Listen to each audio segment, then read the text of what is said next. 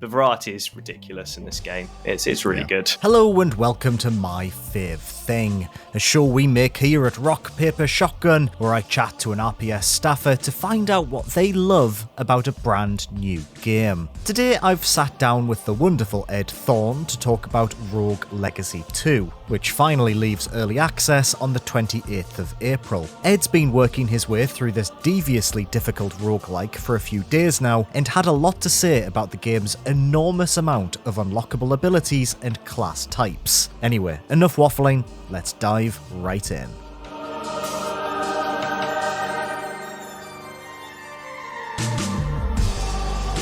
So Ed, you've been playing Rogue Legacy 2. What is your favourite thing about this brand new roguelike? My favourite thing about Rogue Legacy 2 is general variety. I would say this game is dense. There's so much going on from your sort of first run to, I don't know, your like 200th. You're always sort of encountering something new, I think, which is good because it's a roguelike and that's exactly what you want, really. And I would say sort of one of the best new additions to Rogue Legacy, and in the second game, are relics. They're kind of like temporary upgrades that you'll find on a run that you'll lose if you die, but they'll kind of stay with you throughout that run. And you'll get a choice between one or the other. I don't know, they're just really cool things to find. It's just quite like a simple thing for roguelike, I think, to have these upgrades. But the fact that Rogue Legacy didn't have them, they're now in here. There's loads of different types.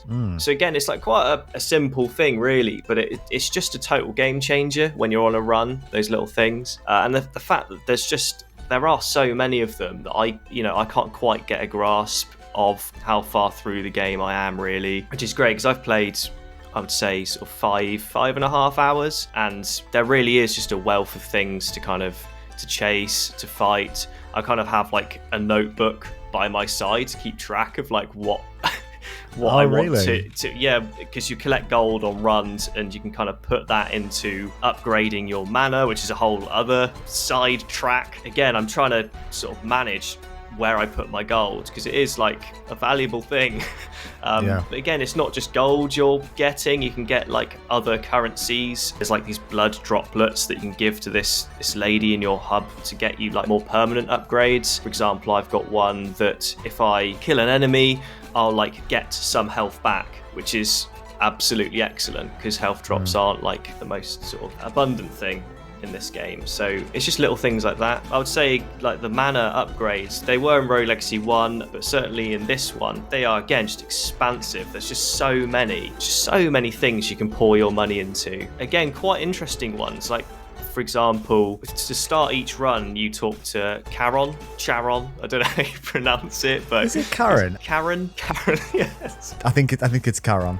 Okay, it's Charon. At the start, you'll pay Charon all your gold to kind of start a run, all your sort of leftover gold, I suppose. Whereas you can get an upgrade in the mana, which is essentially just like a big skill tree, where if you pay Charon the toll, a little safe will actually keep a percentage cash, so it will kind of act as like, you're keeping a little bit of the money you're giving him. Interesting things like that. And of course you can unlock like new classes. So the other day I unlocked like the Dragon Lancer, which is super cool. Okay. Some dude with a spear that kind of, if you attack, it'll explode. Really cool. There's so many other classes as well, actually. Again, I'm a few hours in and it still feels like I've got an extreme number of new classes to unlock. I think there's an assassin somewhere that I need to get the money to buy. Again, just really exciting. Just exciting to know that that's waiting for me somewhere. The amount of stuff in this game is initially quite overwhelming, but it really does give the game this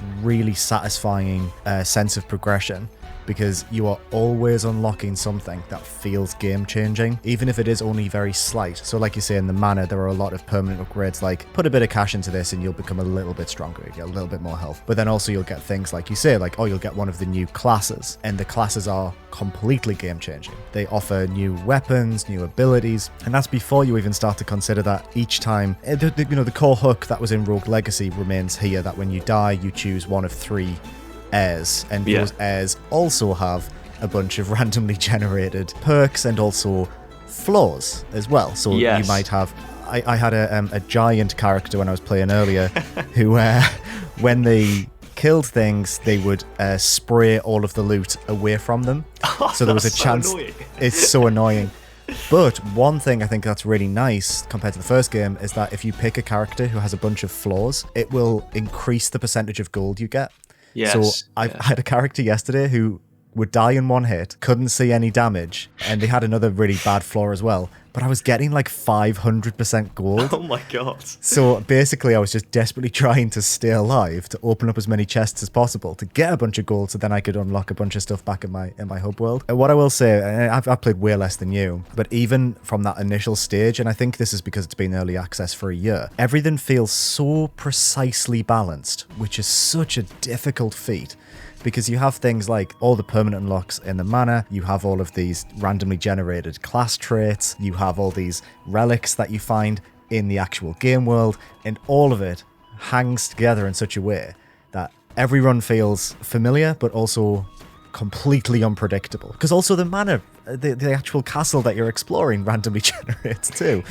And it's, combined with the embarrassment of riches that you're discussing in the unlocks, it's just a wild thing to just watch unravel. Oh yeah, the amount of different currencies that you're collecting throughout these runs as time goes by, and just kind of being able to pour them into different channels. You sort of never feel like you're being that hard done by, which I think is a really sort of nice thing. You sort of always go back to Karen and just being like, okay, I feel like I've spent my money wisely here.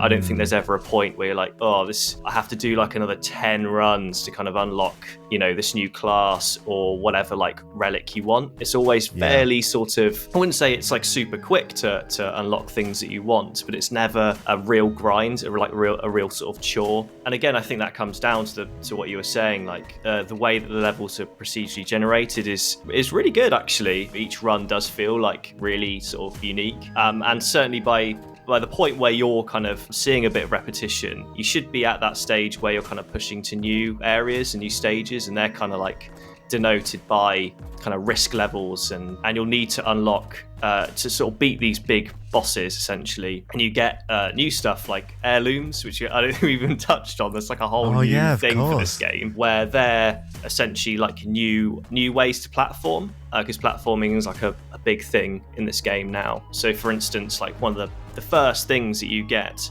to sort of start your journey is the ability to do like a spin kick, and that spin kick lets you bounce off these blue lanterns, I suppose, and off the heads of enemies, like kind of like a Goomba stomp if you time it correctly. And again, it's just like a small thing, but it's absolutely like game changing, because there are certain rooms and certain challenges in the game that you need to be able to time your kicks and dodge bullets and all sorts of stuff. Yeah, you'll unlock more of these kind of abilities as you play and defeat bosses and stuff, and you'll need to use them to get yourself to new zones. And again, once you reach those new zones, it's just a whole, you got loads of new enemies, you're earning more gold, like there's new bosses. It's sort of super dense, but it never sort of feels kind of sort of too overwhelming, because you always kind of know what you need to push for. Like every time I log into the game, I sort of know what my mission was at the time. Sometimes, so for example, like Elden Ring, love that game, but I haven't played it in a while. If I go back to that, I'm like, oh god, I don't know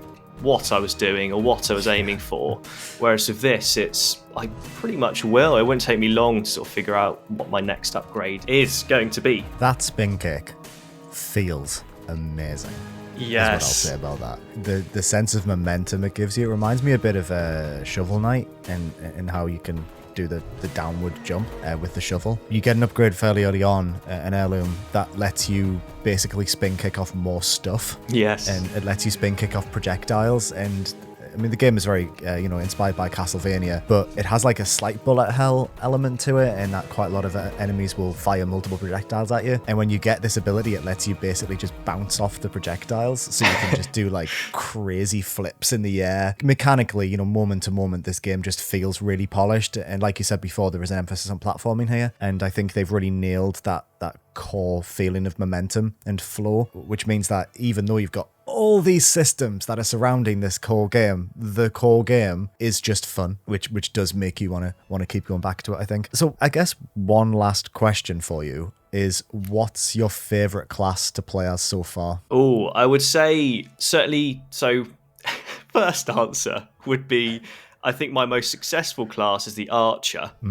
I really, for some reason, get on with the archer. I love the ability. I think most archer, I don't know if all archers get it, but certainly the ones in my kind of bloodline let me position like this ivy platform in midair, so I can kind of stand on it and shoot arrows, and that's like so good because it blocks projectiles, and you can kind of, it gives you a bit of breathing room to just rain arrows down on enemies. And again, you were saying it just feels great to be an archer. Like you kind of have to time, you don't have to time your shots, but you can kind of time the glint of the arrow to get like perfect shots, and you can kind of jump in midair and fire, and it kind of like pushes you back up a little bit so you can kind of get another shot off, little things like that. So yes, and that my second question, my favourite would actually be the gunslinger, which is kind of a rogue choice, I suppose. Like, I think you get it sort of further down the line, but it's a bit like the archer, but you basically just have a gun and you can kind of sort of fire a pistol in quick succession, but you have to watch your bullets. They're quite powerful, but you have to watch your ammo count. You have to press the right bumper if you're controller. Don't play on keyboard, by the way, it's a controller game. It's just, I agree with that, yeah. But yeah, you press the right bumper to like reload and stuff. You've got like dynamite sticks, kind of like classic cowboy, and again, it just feels excellent to just like pepper enemies with bullets and kind of explode them. You're just a bit of a glass cannon. Yeah, what's your favorite, by the way? This is quite interesting. So again, I'd probably say archer to start with. Yeah, because it has a lovely little flair where when you do fire in midair, your character slows down. Yes. So it gives you just a little bit of time, and I just think it's such a subtle thing, but it makes such a difference to how cool you feel as the archer. I also really like the barbarian. Oh, yeah. Yeah. I really like being able to do the flips in the air. So when you attack while jumping, they do like a spin attack. So you can get like 3 or 4 hits in on enemies. And I also quite like their special ability, which basically freezes enemies, but your cooldown is timed, but also only unlocks when you get damaged, which gives the barbarian quite a nice ebb and flow where you're almost having to take calculated damage to then give yourself an advantage over the enemies, which I think is a really interesting little twist. And again, like all the classes have these interesting little wrinkles that makes them interesting to play as. The more you unlock, you almost limit your ability to get ones that you like because you can only ever access 3 at a time. Yeah, so that's it. In this, like, I think there's like 15 classes in this game with the 1.0 release. So Ridiculous. By the end, really, if you have one favorite out of the 15, you just can't. You have to be capable of playing as all of them, because sometimes it might put like 2 sword users in the 3 you've got to choose from, and if you're waiting for the archer, you're a bit screwed. Unless you unlock something further down the line that changes that.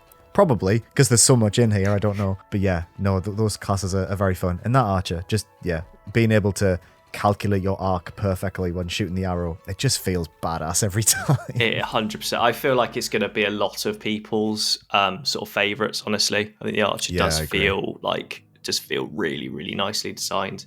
But then, like, even the most basic, like knight, the one you start off with, just again feels quite nice. Like, it's just you sort of think of maybe it being kind of an average, sort of boring choice, but I don't think any of the classes are actually. Even if you don't get your favorite, I always kind of having fun with each run. It's quite nice to have to choose something different and go for those gold bonuses, like you were saying. I think I had one trait which turned everything upside down. What?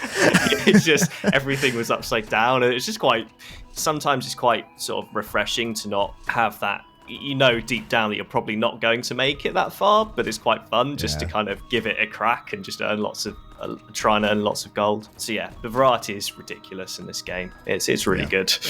It's a dense old thing, and it is proper good. Yeah.